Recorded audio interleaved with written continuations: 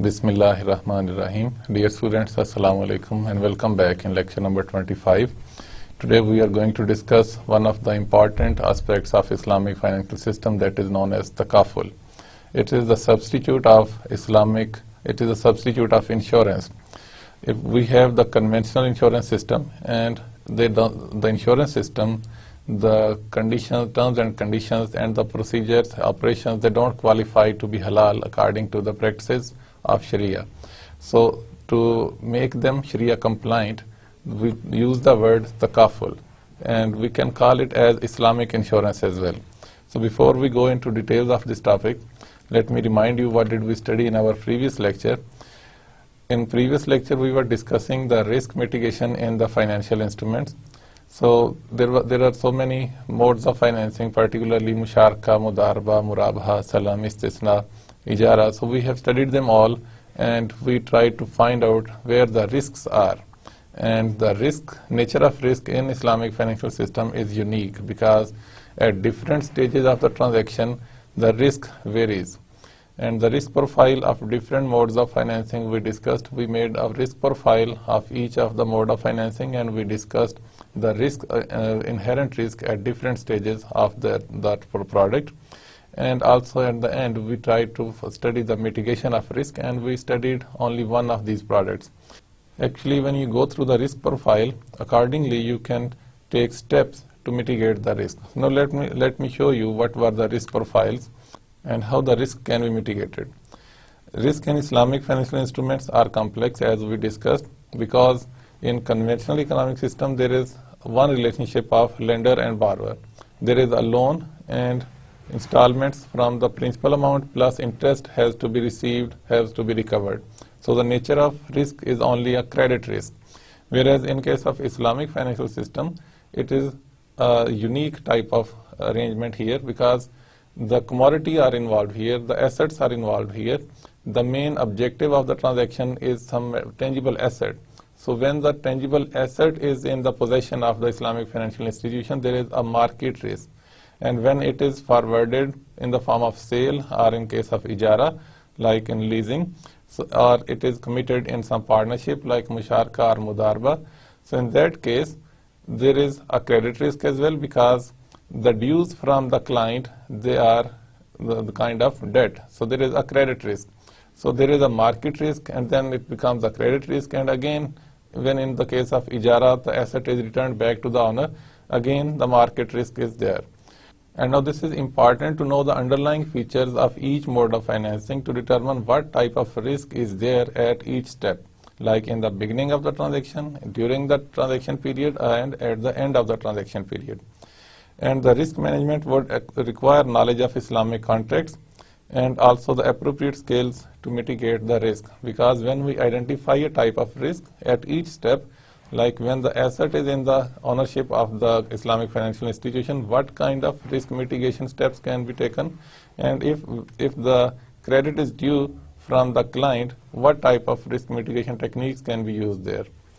So these are few of the risk profiles we discussed in our previous lecture. Like we discussed the risk profile of murabaha. So murabaha, as we discussed, it is of two types, non-binding and binding. And there was the two types of murabaha as well when we studied it, restricted murabaha and non-restricted murabaha. But this is little different from that concept.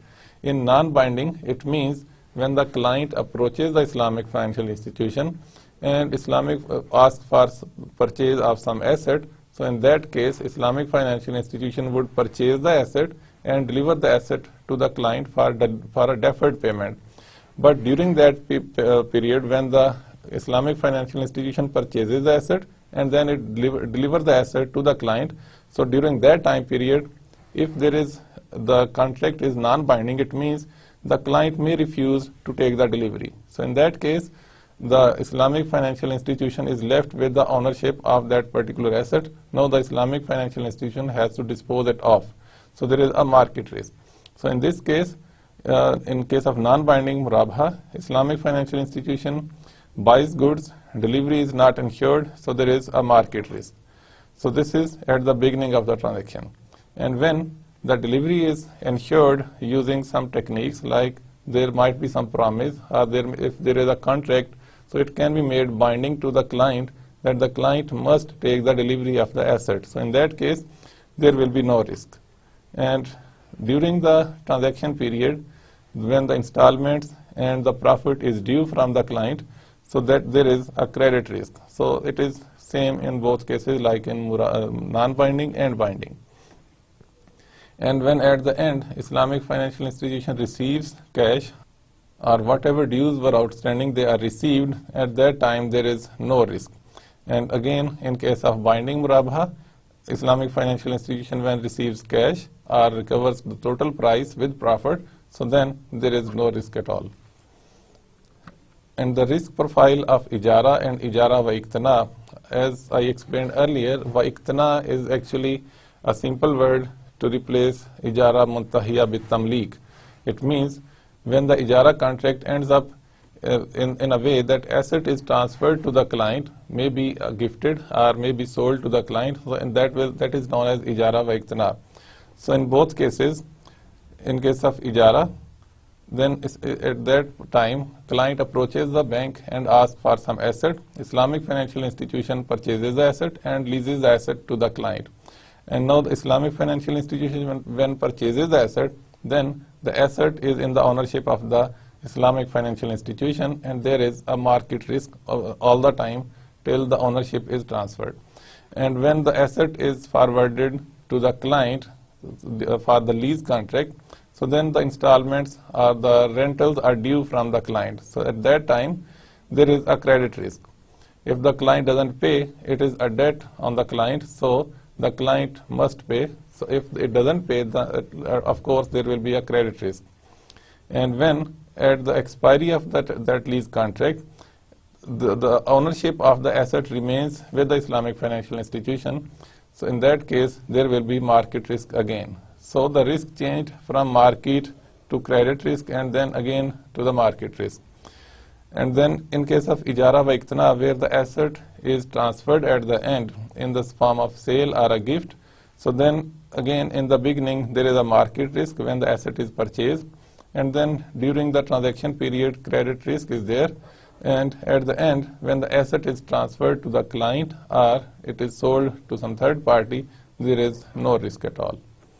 Now let's see the risk profile of salam mode of financing. So here we have two types of financing, like salam and parallel salam. So these are arrangements to manage the liquidity for the Islamic financial institution, particularly in case of parallel salam. So when the parallel salam, as you know that this is a sale mode where the asset is purchased for a deferred delivery, but the payment or the price is paid at the spot. This is actually a reversal of murabaha. In case of murabaha, the asset is purchased and it is handed over to the client. The payment, the delivery of the asset is at the spot for a deferred payment of the price. So this, in case of salam, the payment is made at the spot for a deferred delivery of the asset. So the necessary cash is forwarded as a price, so there is a credit risk. So until the asset is delivered against this price, there is a credit risk. And the goods are due during the transaction period, of course there is a credit risk. And Islamic financial institution when receives those goods, there is a market risk. So when the goods are received and they become the ownership of the Islamic financial institution, now the Islamic financial institution has to sell it at a profit, and there is a market risk. So in case of parallel salam, the market risk in fact is mitigated. So the necessary cash in hand and commits to sell goods, there is no risk. When Islamic financial institution enters into a salam contract, and after that Islamic financial institution may fear that the price of the goods which are being purchased and price has been paid in advance, the price in future might go down, and there may be a situation that Islamic financial institution might not be able to sell the commodities or the asset at its good price. So whenever they find it proper, they can sell the asset for the deferred delivery with the cash price. So the parallel salam contract is actually a copy of a salam contract but with a third party. So in this case, bank becomes the seller and the third party becomes the purchaser. So now you have to keep in mind that the third party must not be a related party to the Islamic financial institution or to the party in the first salam contract. So here the Islamic financial institution receives the payment in advance for a deferred delivery of the commodities, then there is no risk. And goods are due because in this whole time period, goods are due from the first contractor, and then when those goods are received, then they will be delivered to in case of parallel salam contract. So in the whole time period, there is a credit risk. And Islamic financial institution, when receives the good, then delivers it to the third party in the parallel salam contract, and there is no risk. And the risk profile of istisna, so it's again a kind of transaction where sale takes place for a deferred delivery of the commodities. But in this case, price may be paid at the spot, or it may be delayed to some future date, or it may be paid in installments. And it can be tied up with the stages of manufacture of the commodities or the assets. And in this case, the underlying asset is some asset or commodity which needs manufacturing. So in this case, the client approaches the Islamic financial institution for some commodities or the assets which the client needs, and the Islamic financial institution commits the production or the manufacturing of those assets. So Islamic financial institution, by its nature of operations, is not a manufacturer, rather a financial institution. So Islamic financial institution gets those goods manufactured by a third party, so that there is a second contract which is known as parallel salam contract. So when in case of parallel salam contract, Islamic financial institution gets the goods manufactured and then it delivers to the client and receives the payment maybe in lump sum or in installment, and it may be tied up with the stages of completion or the manufacture of the goods. So here in this case, in the beginning of the transaction, in case of istisna, Islamic financial institution commits to manufacture asset, and then during the transaction, cost of production takes place, and the Islamic financial institution becomes owner of those assets which are under process, which are going to be manufactured, and there is a market risk. And at the same time, price is due, so that is a credit risk. So the client which has entered into the istisna contract, so that client has to make payments, so that is the price due from the client, and there is a credit risk. And the Islamic financial institution delivers the assets and receives cash, there is no risk at all. So in this case, we have assumed that Islamic financial institution commits to manufacture the asset and then manufactures the assets and then delivers to the client. Whereas Islamic financial institution, I told you that it's only a financial institution, it's not a manufacturing concern. So it will enter into another contract that will be known as parallel salam contract for the manufacturing of the same goods which have been the target or the underlying asset of the first istisna contract. And here Islamic financial institution commits to manufacture assets and then subcontracts the manufacture of those assets. So in this case, price is due from the client, and that is the credit risk. And if the seller delays the delivery or not according to the specification mentioned for the manufacturing or the production of the asset, there is a counterparty risk.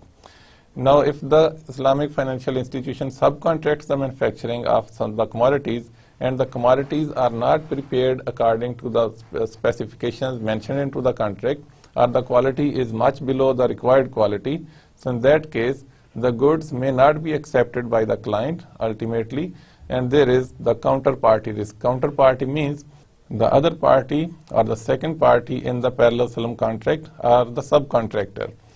And when the goods are manufactured by the subcontractor and they are delivered to the Islamic financial institution. Islamic financial institution will deliver those goods to the client in the istisna contract, and then cash is received as a price. There will be no risk at all. And the risk profile of Mudarba and Musharaka, as it is clear that in case of Musharaka and Mudarba, capital is committed and there is a partnership arrangement between the Mudarib and the capital provider, what we know as Rabul Mal. So here in this case, there is a third party which may be the Mudarib or maybe the manager of that partnership contract. So that is known as the third party or the counterparty. So here in case of Mudarba, Islamic financial institution invest and buys non-voting shares. When we say buys non-voting shares, means that Mudarib is independent to take whatever operations they deem fit. And Islamic financial institution has nothing to do in the decisions of the Mudarib. Islamic financial institution can only monitor the operations and can make sure that everything goes according to the contract. So, and then during the transaction, profits are due and the counterparty risk is there. Maybe the Mudarib may go default or may delay the payments. So in this case, there is a counterparty risk. And at the end, when the Mudarba time period finishes, if it was for a specific project or if it was for a specific time period, so at the expiry of that contract, now the principal amount is due, and that principal amount can be received in the form of a cash or it may be some tangible assets. So if it is received in cash, there will be no risk. But if it is received in some assets, in some tangible assets, so in that case there will be market risk. Then in the case of Musharaka again, Islamic financial institution makes investment. So here they purchase the voting rights, because in case of Musharaka, all the partners, they have a say into the partnership operations, into the business operations. So here the Islamic financial institution can be on the driving seat. They can dictate or they can provide some guidance, and they can be the manager of that particular venture. And during the transaction period, if somebody else has been nominated as a manager, so then that manager, the profits and shares or returns are due. So then that manager is being the counterparty, there is a counterparty risk. And at the end of that partnership, when if it is for a specific time period or for a specific project, when it is finished, at that time principal is received in the cash, no risk. If it is received in equity or some tangible assets or maybe some marketable securities, so there will be some market risk. And in case of diminishing Musharaka, again, Islamic financial institution becomes partner and it is more like a Musharaka contract. So here Islamic financial institution purchases the voting rights. This IFI has a say into the operations of such kind of businesses. So the only difference between Musharaka and diminishing Musharaka is that in case of diminishing Musharaka, Islamic financial institutions' assets are divided into units, and those units are promised by the client to be purchased over a time period. So the client or the other party into that partnership contract or the second partner will keep on purchasing those units, and then finally Islamic Bank's share will become 0%, and the ownership of the asset will be transferred to the client or the other partner. And during the transaction period, profit share or return is due from the counterparty, which is the client or maybe some other partner. So there is a counterparty risk. And then at the end, when the asset is transferred, then asset or equity is transferred to the client. At that stage, there is no risk for the Islamic financial institution. And this was the summary of our previous lecture. So now, thematically, we are moving towards the insurance. When we discuss the risks and how to mitigate those risks, so naturally there are certain arrangements available in the conventional economic system, and conventionally there is arrangement of insurance. But when we come towards Islamic arrangements, then we call them as takaful. So after this lecture about takaful, you will be able to understand the concept of insurance and the objections against conventional insurance system, that why we have shifted from insurance to takaful. And then what is the difference between the takaful and conventional insurance system. So you will be able to understand that why takaful is important and why insurance is not appreciated and not accepted by the Islamic financial system. So first of all, what is insurance?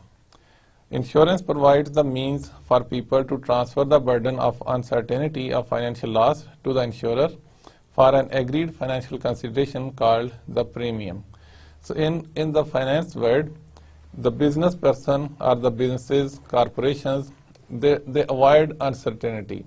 For example, they are earning profits for a time period, and then after some time period they will suffer a loss. But they don't like this type of loss. They want consistently profits.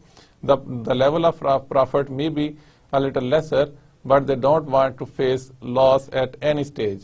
So they want to substitute that uncertainty with some certainty. So uncertainty means loss, profits, losses, again profit, again loss. So there is an uncertainty. So that uncertainty might arise through some accidental loss, or it may be from some seasonal losses due to the operations of that business. So maybe the wear and tear of a particular nature for a particular asset, or the nature of operations are such that employees are prone to some accidents. So these type of damage, losses or risks are replaced with some certainty that if even in case of any loss or damage, the loss will be compensated by a third party. And to purchase that certainty, a price is paid. So that price is known as a premium. So against the price of premium, certainty is purchased against the financial losses or any type of losses in the business. The insurer promises to provide financial compensation to the insured should a specified loss occurs. So according to the nature of the loss, insurance can be purchased. Maybe a fire insurance, an accident insurance, or any type of insurance. So for that particular insurance, a premium will be paid. So if that unwanted event occurs, so in that case, the insurance company will compensate that financial loss. And it's an effective risk transfer mechanism by which individuals, organizations, they can exchange the uncertainty of financial risk for the uncertainty of a premium. So this is a mechanism of risk transferring for a price that will be known as premium. So the business people, they can purchase certainty and they can against a payment of a premium. So insurance in fact is an act of taking precautionary measures against possible danger or losses arising out of uncertain events. And Muslim traders also, they used to travel across the continents, and their voyages often faced troubles and incurred losses. To protect them from the possible losses, Arab traders used to insure their caravans in the 2nd century of Islamic era. That is, in the 2nd century, maybe after the 100 after Hijri, Muslim traders, they used to create a pool of fund where the possible losses or damages of the accidents were compensated out of that pool of fund, and that mechanism was quite similar to that of insurance. And then if the Muslim traders are used to do such type of practices, then what was difference between the practices of those Muslim traders and what is wrong in the operations of the conventional insurance system? So let's see what are the objections here. So scholars view the insurance contract as an exchange contract. Money is exchanged for money over a time. So as we know that riba, definition of riba is that when we exchange same kind of things, same commodities over a period of time with difference in their qualities or quantities. So this is again something like that premiums are being paid for some time period, and then at the end cash is received against those payments. So this is exchange of money against money over a time period with different levels or the quantities of that cash. And in the conventional insurance system, there is a problem of gharar, which means uncertainty, which leads to maisar, which means gambling. And in investment aspects, there is riba. Like whatever the pool of fund has been created through the premiums received in conventional insurance system, those funds, they are invested in some interest-bearing deposits or in some activities which are not Sharia compliant. So there are elements of uncertainty which we call as gharar, which is not allowed in Islamic financial system, and then there is gambling, which has been prohibited, and then there is interest, which is also not allowed in Islamic financial system, and investment profit belongs to the company, and at the end whatever is the earning of that company, of that insurance company, goes to the shareholders or the owners of the company. So let's discuss the uncertainty aspect in the conventional insurance system. Conventional insurance contract is basically a contract of exchange, that is, you pay a premium, you pay premiums over a time period, and then at the maturity of the contract you receive again a cash. And that is buying and selling, whereby policy is sold as goods with the premium as the price of the consideration. The consideration must be certain for exchange contract. Whereas in case of under the Sharia contract, a valid contract will be that where the underlying asset is sure and it is in the possession of the seller. But here there is an imaginary event, that is a loss or a risk, and a price is paid to purchase the certainty, which is again an imaginary concept. So here price is paid and price is received. And then the gharar in insurance contract pertains to deliverability of subject matter, that is uncertainty as to whether the insured will get the compensation promised and how much the insured will get, when will the compensation be paid. So all these questions, they have to be answered, and we can't find the exact answer. Like in case of any unwanted event occurs, so then the insured, so there is a question that whether the insured will get the compensation as promised, and how much amount is paid to the insured, and when it will be paid. So these answers, they are not correctly answered, and the exact amounts, they are also not known. And thus it involves an element of uncertainty in the subject matter of the insurance sales contract, which renders it void under the Islamic laws. When we are talking about the Islamic laws, we have to be specific and we have to be very much correct while talking or while designing any terms of condition of the contract. And the concept of maisar, which is gambling, insurance is a contract upon speculation. Good faith forbids either party for concealing what he or she privately knows to draw the other into a bargain from his ignorance of the fact and his believing to the contrary.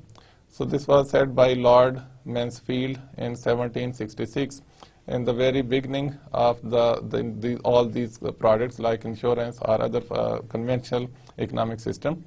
So there is a concept of concealing the facts. For example, the party seeking insurance, they might hide some concepts, they might hide some facts of the assets or the nature of that uncertainty. For example, if it is a health insurance, then the party seeking insurance might conceal the fact that there is some serious medical problem with the client, but still they conceal it and they ask for insurance and they pay a price, and the unwanted event occurs because they knew that there is a health problem, and in case of any asset, if they insure the asset, then at the same time they knew that there is some hidden problem, there is some basic problem in the asset, and at any time the accident might occur.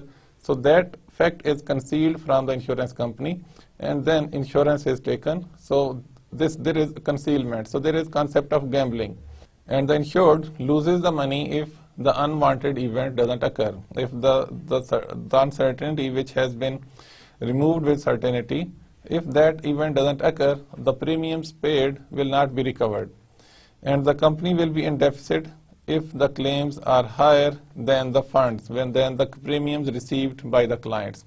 So when there are so many claims for a particular company, the funds are not sufficient in that case, so the company might go default. But nowadays the insurance companies, they have arranged reinsurance mechanism where if the company is lacking in funds, they can receive the funds from the reinsurance company. And as you know that Allah has permitted trade and has forbidden riba, whereas the funds generated in the insurance operations, the premiums received those funds are invested into the deposits, are invested into the securities, the interest-bearing securities, and interest income is derived from that. So you can see here we have the profit and loss account of the State Life Insurance Corporation of Pakistan for the year ended December 31st, 2011. So you can see here the investment income not attributable to statutory funds, return on government securities. So what are the government securities? They are the bonds and maybe any other type of commercial document. So these bonds are the debt securities. The income here is interest income. So the return on government securities is interest, and then interest income on loans and advances to the employees or agents. To their employees and agents, the State Life Corporation provides loans, maybe a cheaper loan than the bank. So here again there is an interest income. You can see here for the 2011 and 2010. And then interest income on bank deposits. So if they have some surplus amount with them, they will deposit it with the banks and they will earn interest income. So as you can see, these operations, they are not Sharia compliant. So there is an aspect of interest income in the operations of the insurance companies, so which makes them illegal or haram according to the Islamic financial system. And if we summarize the differences, you can see here that in conventional insurance system, the principles, the issue is the organization's principle, so the profit for the shareholders. This is their objective in case of conventional insurance system. Whereas in case of Takaful, when we come to know the details of Takaful, you will see that this is a cooperation, this is a mutual help. So there is mutual help for the participants. And the basis is the risk transfer. In case of conventional insurance, risk is transferred from the individuals, from the firms, from the businesses to the insurance company against a price. So the risk is transferred, whereas in case of Takaful, risk is shared where many people, they create a pool of fund, and out of that pool of fund, losses are compensated. And that pool of fund is actually donations. It may be known as Waqf fund. It may be known as participants special account fund. And then value proposition is that profit maximization, and whereas in case of Takaful, affordability and spiritual satisfaction, because we have to help each other, we have to cooperate in the society, and the societal well-being is the objective here. And the regulatory laws are the secular laws, are the regulations of the countries, whereas in case of Takaful, Sharia laws are obeyed, Sharia plus regulations of that country. And the ownership of that insurance company belongs to the shareholders of that company, whereas the owner of a Takaful arrangement are the participants. In case of Takaful arrangements, the people who contribute in a pool of fund, they are the owner of that fund.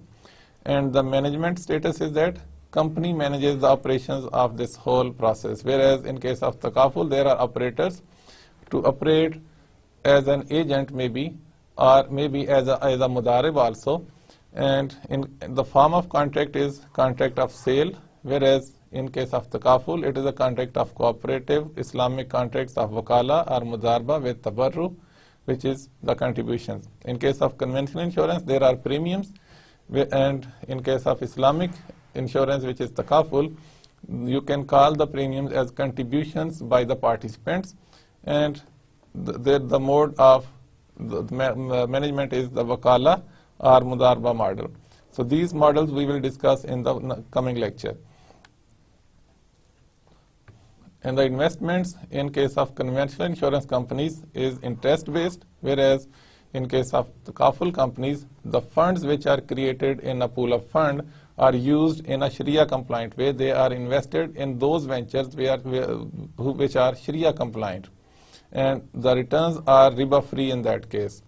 And the surplus goes to the shareholders of the company, whereas the surplus is paid to the participants' account. It may go to the same pool of fund, or it may be delivered, or it may be transferred to the participants. Now, what is Islamic insurance that we call as Takaful? So meaning of takaful, the word has been derived from the word kafala, जिसको हम उर्दू में कफालत भी कहते हैं, which means guaranteeing each other. And the takaful means mutual protection and joint guarantee. Takaful refers to mutual contribution of funds or to create a pool of funds to compensate or to protect the participants against any accident or loss. And we derive the legitimacy from Sharia, and from Quran there is an ayah in Surah Al-Ma'idah, I guess, that and cooperate in righteousness and piety, but do not cooperate in sin and aggression, and fear Allah. Indeed, Allah is severe in penalty. The famous ayah you might remember, that ta'awanu alal birri wa taqwa wa la ta'awanu alal ismi wal udwan. And takaful is a form of mutual help, what we call as ta'awun. We help each other in extending virtue by helping others who are in need or in hardship. So when we cooperate with each other, that cooperation might be in the monetary form, and it may be with our hands, or maybe in the moral sense, but the cooperation is a virtuous act, and we contribute our funds if we want to cooperate using the monetary resources.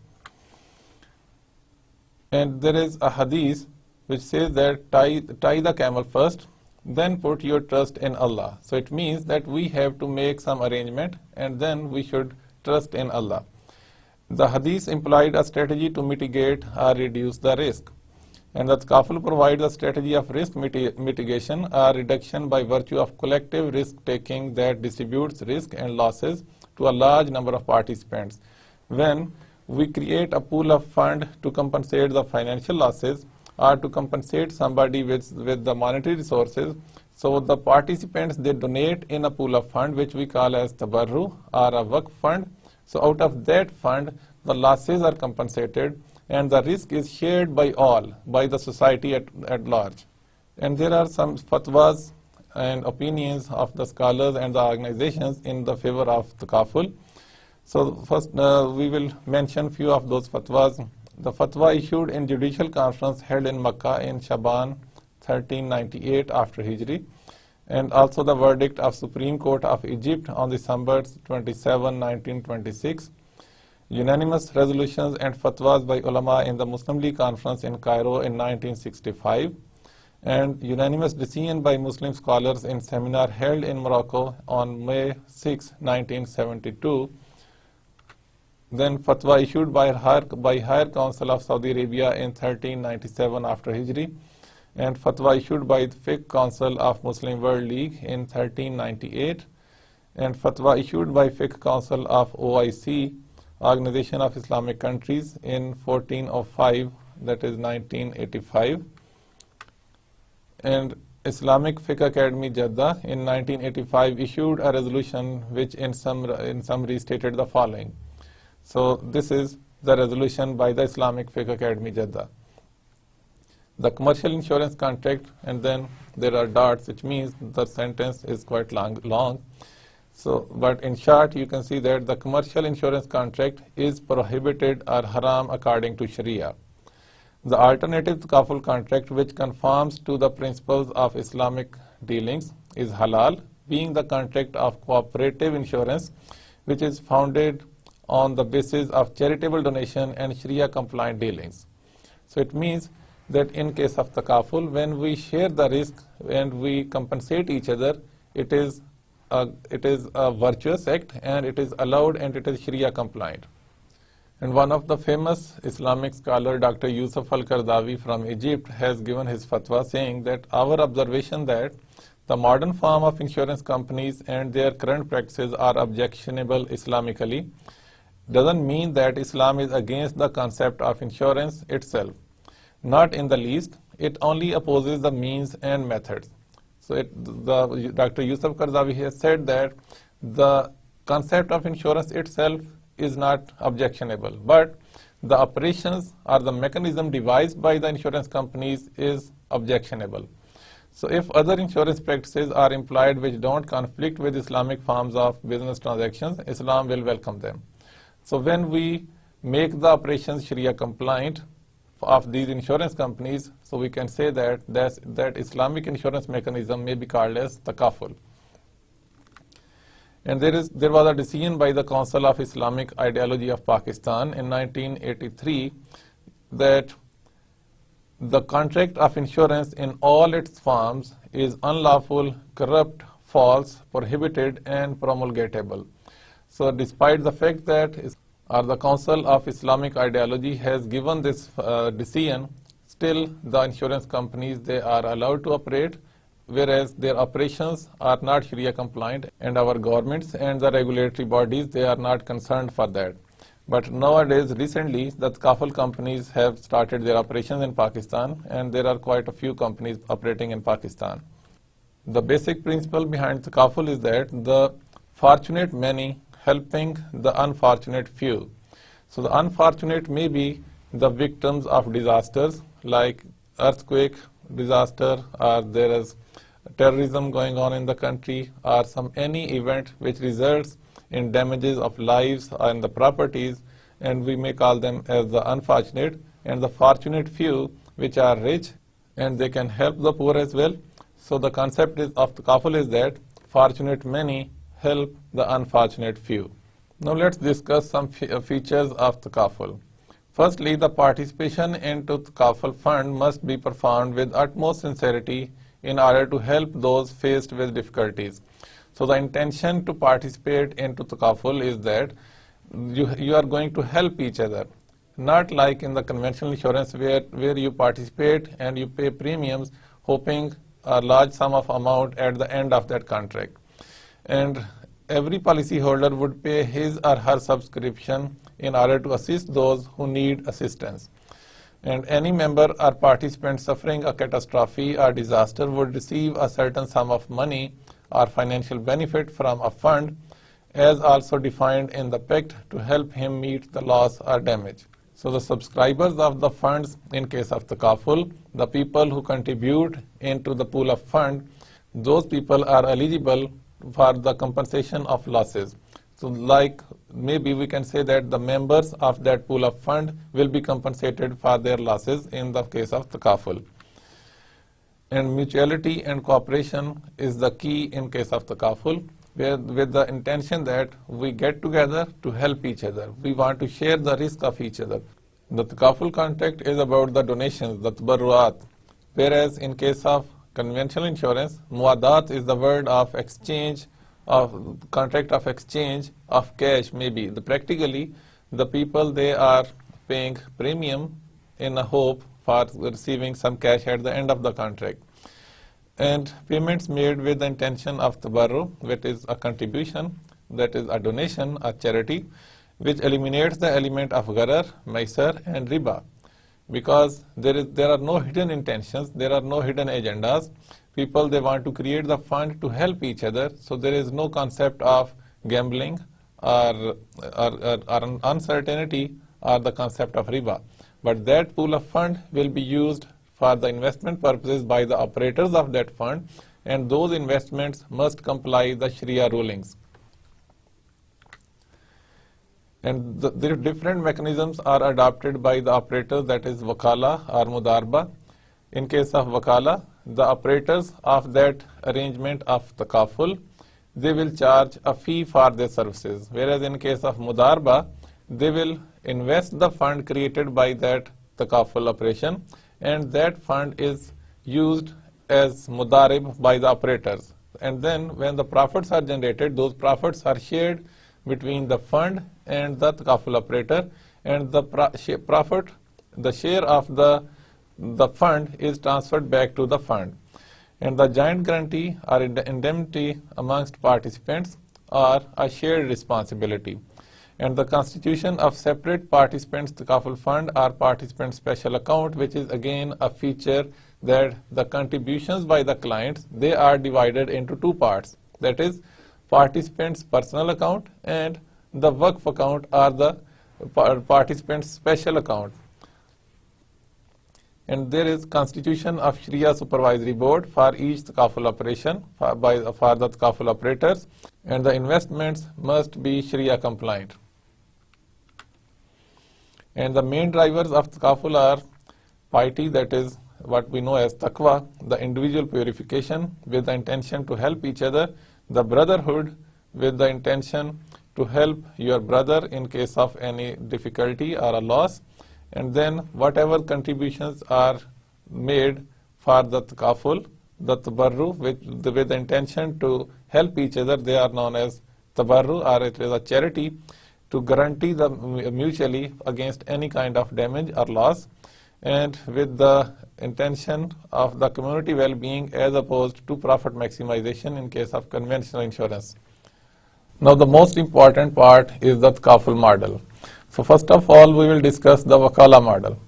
So a wakala model is that when the operator charges a fee for this whole arrangement of takaful, where they invite, where they offer different services, different products to cover different types of damages for the maybe for the property, for the vehicle, for the valuables, for the health, or for the life.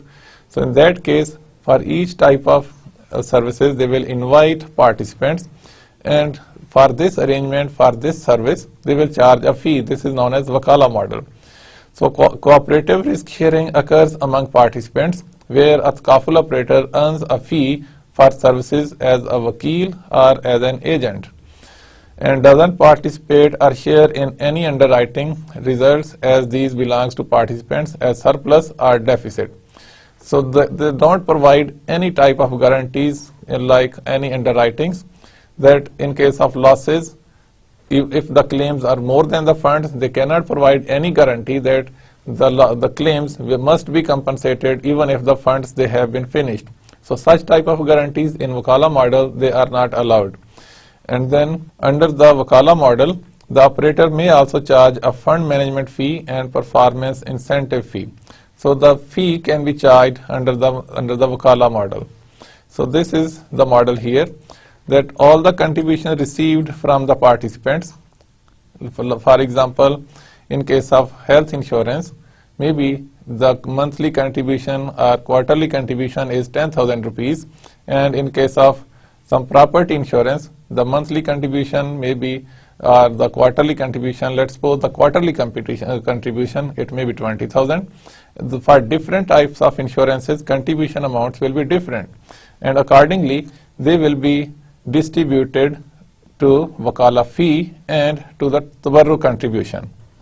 So here is the tabarru contribution in case of wakala model, and the operator they will charge a fee. So in case of wakala model, all the contributions they go to the waqf fund or to the tabarru fund, and there is nothing that will be paid back out of their personal accounts. There is no personal account created for the contributors or the participants. So all the funds which are created, they will be used for the compensation of the losses. And with the contributions in the tabarru contribution, they will be transferred to the general takaful fund. So out of this general takaful fund, different operations will be performed. For example, the investment will be made by the operator into different businesses, maybe in the equities, just like we studied the Islamic investment funds. So this is also a fund. It can be used for some halal activities, like maybe in case of murabha activities, a property will be purchased and it will be sold at a profit. And then if it is used for an ijara purpose, a property will be purchased and it will be leased for some rental purposes. And if it is for the salam purpose, it will be the funds will be used to purchase a commodity in the future for the spot payment. And there might be arrangements of musharka and mudarba as well, where this fund will be the capital of the operator, or this general takaful fund will be used as a capital and to initiate any type of partnership, maybe musharka or mudarba, to undertake any type of business. So that investment into any type of business will earn some profit or it will suffer some losses. So if it earns a profit, it will be paid back or it will go back to this takaful fund. So it will increase with the profits. But if there is a loss, that loss will also be taken out from this general takaful fund. And out of this takaful fund, there will be different claims onto it. It will be deducted with different types of claims, like there will be a claim if any accident occurs. So the participant which paid for this whole process, they will be compensated against their claim. If the accident takes place, or if fire takes place, or any unwanted event takes place, in that case, claims will be filed to the Takaful company, and the Takaful company will analyze it, and they will find it that is there any truth, and if it is a genuine event, the Takaful company will compensate the losses. And there might be some expenses associated with these services, and those expenses will be deducted. Claims amounts, they will be deducted out of this general Takaful fund. And then there is re-Takaful. What is this re-Takaful? If you know the reinsurance, then it will be easier for you to understand the re-Takaful concept. Re-Takaful means if this fund is available for the claims, if the claims they are more than the total funds available in the general Takaful fund, it means there will be some claims which are not entertained. But with the re-Takaful arrangements, a bigger company, they will make sure that if the Takaful company fails to entertain all the claims, then they will compensate the claims which are not being entertained by the Takaful company. So this is the concept of reinsurance, and this is the same as in case of Takaful. But in case of re-Takaful, a percentage of the contribution will be given to the re-Takaful company, and re-Takaful company will make sure that all the claims are compensated. And in the case of disaster, for example, in case of tsunami or earthquake, then there is a possibility that there will be so many claims, and in that case, Takaful company may not be able to entertain all the claims. So in that case, the Takaful company will make sure that all the claims they are entertained and all the losses or the damages are compensated. And there will be some cancellation charges that can be deducted out of it, and something out of this whole fund will be kept as a reserve.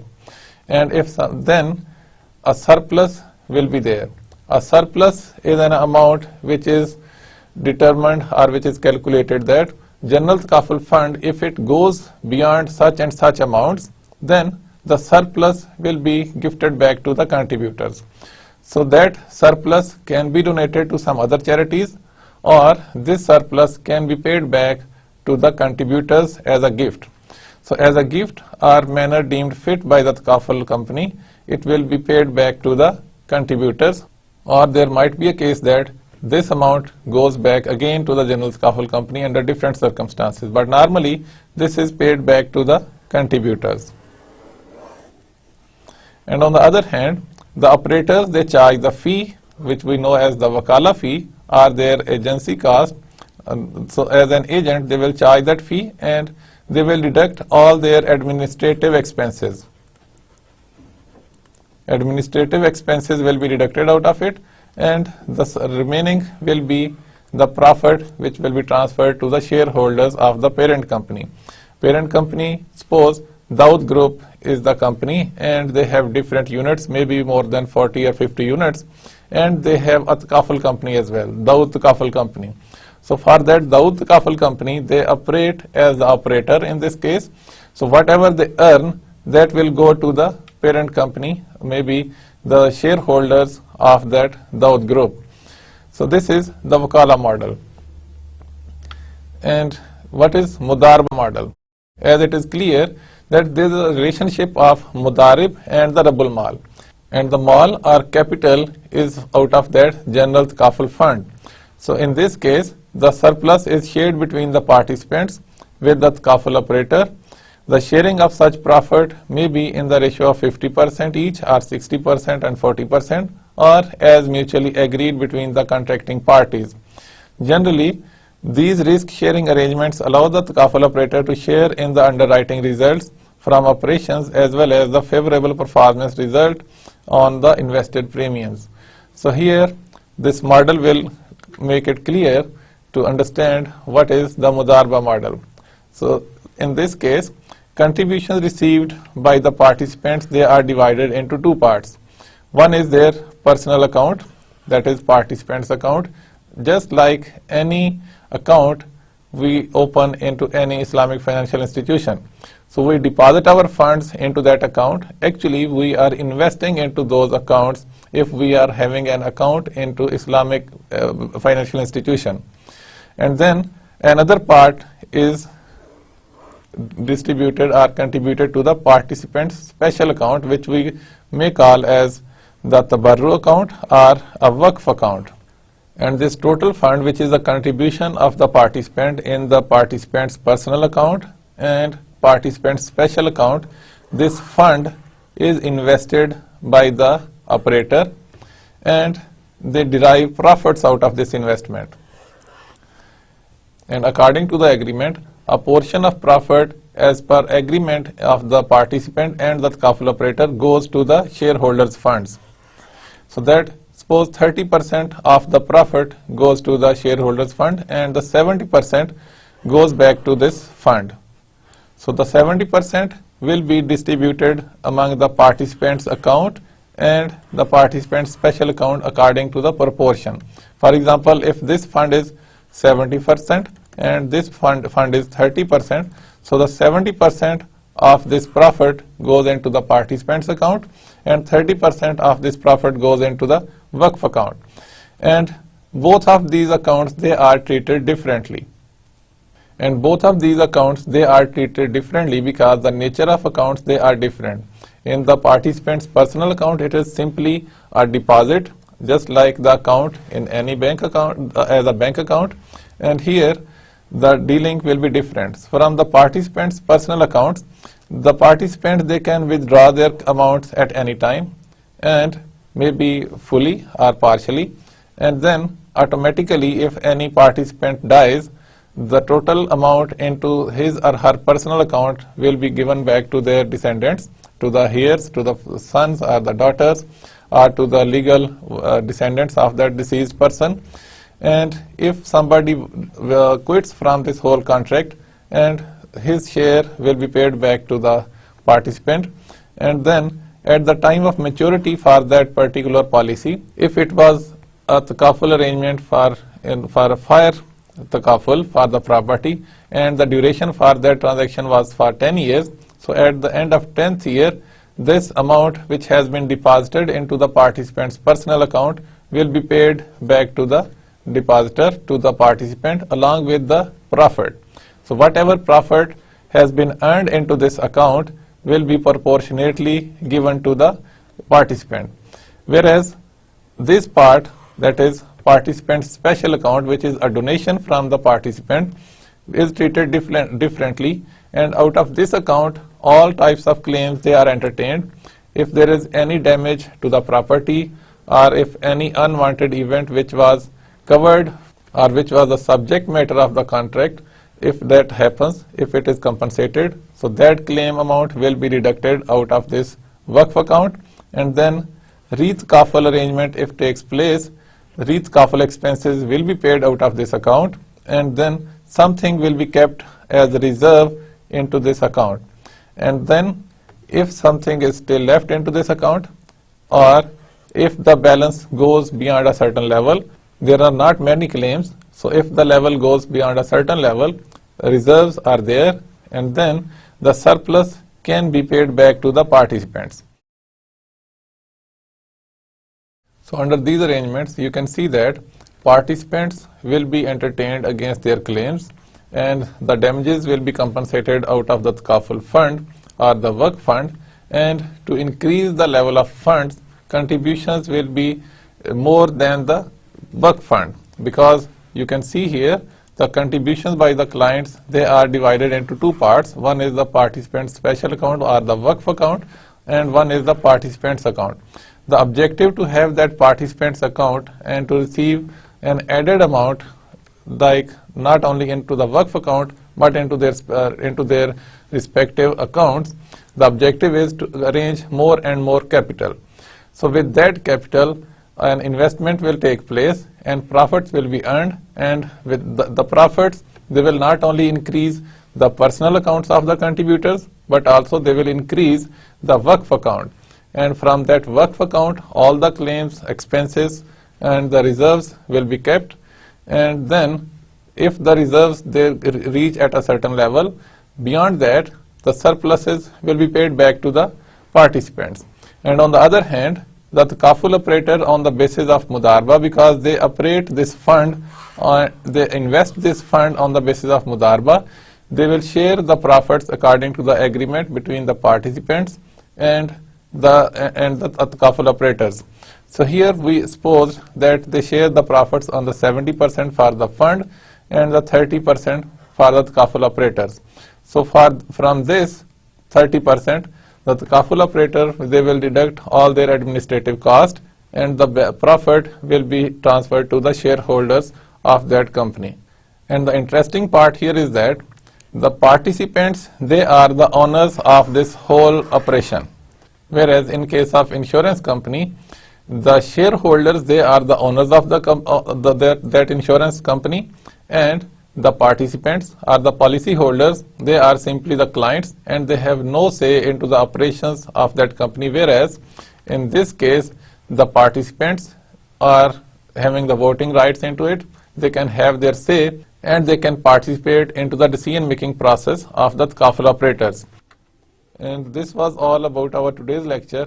In this lecture, we discussed a little bit about the insurance concept and the concept of takaful, and where do they differ, what is the difference between them, and also some of the features of Islamic insurance or takaful, that this mechanism is devised to help each other, to share the risk of each other with the intention to become pure and to achieve taqwa. So this was all for today.